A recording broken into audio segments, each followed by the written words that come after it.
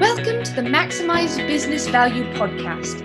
This podcast is brought to you by Mastery Partners, where our mission is to equip business owners to maximize business value so they can transition their business on their terms.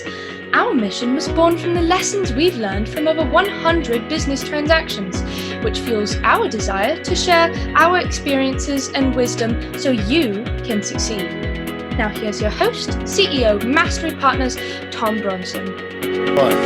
Howdy ho, everybody. It's Tommy B, and we're here talking about maximizing your business value because that is this podcast. And it's for business owners who are passionate about building long-term sustainable value in their business. Every business on the planet will eventually transition. Wouldn't you rather transition yours by design rather than default? So if you want to maximize the value of your business and truly get it ready to transition, you found the right podcast. This is part of my series from my second book, Maximize Business Value Playbook, 65 specific actions to dramatically increase the value of your business. Today, we're on chapter 46, and we're talking about managing concentration risk. Now, do not allow one customer to account for more than 20% of your EBITDA. Now, notice I specifically said earnings and not revenue. Most people measure concentration risk based on revenue, but earnings is a far more accurate way to measure it. Earnings are more critical than revenue when it comes to the health of the business. Evaluating the data also assumes that the business can track earnings by customer, which is an outstanding practice rarely done by businesses. Well, while it might appear without deeper analysis that a customer accounts for 25% of revenue should also account for 25% of earnings, it is rarely the case. Typically, the larger the customer, the lower the price for products and services. And therefore, very large customers typically drive lower earnings as a percentage of revenue than smaller customers who probably pay more for their products and services. In some rare instances, I've seen a customer that accounts for over 50% of revenue, but less than 10% of earnings. And when one customer accounts for less than 20% of the 20% of the profit of a business, we call that concentration risk. Now, what happens if the customer leaves? Would the business be able to survive? A business owner may be okay with that risk if there's no plan to transition the business, but it lowers enterprise value if a transition is coming. Once identified, there are two ways to deal with customer concentration risk.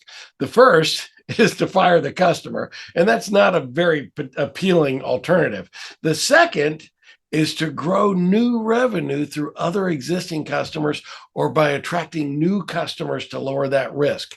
For example, let's say the business has a customer that makes up 50% of total revenue.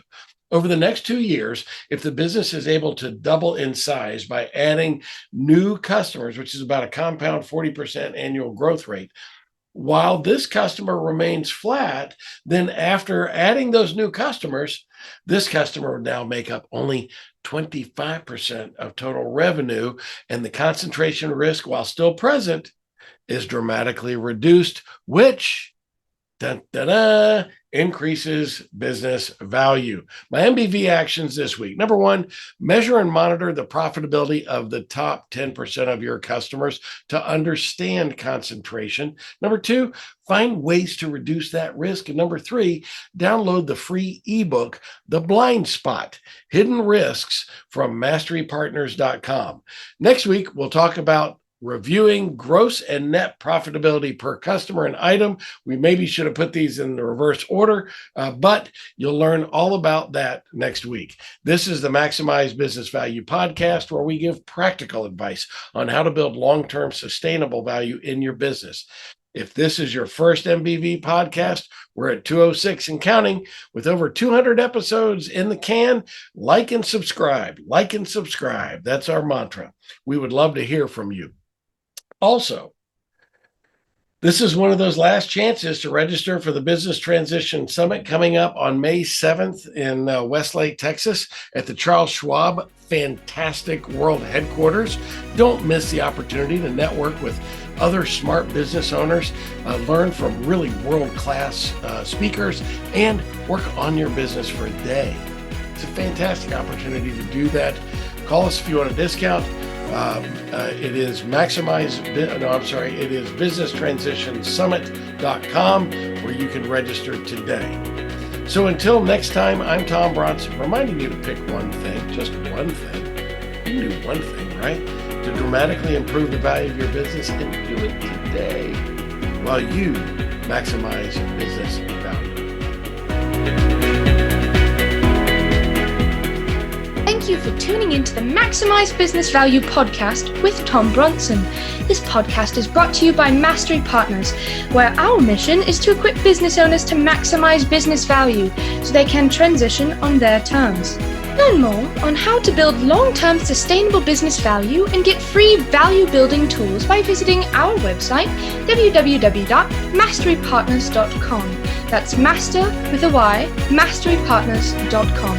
Check it out.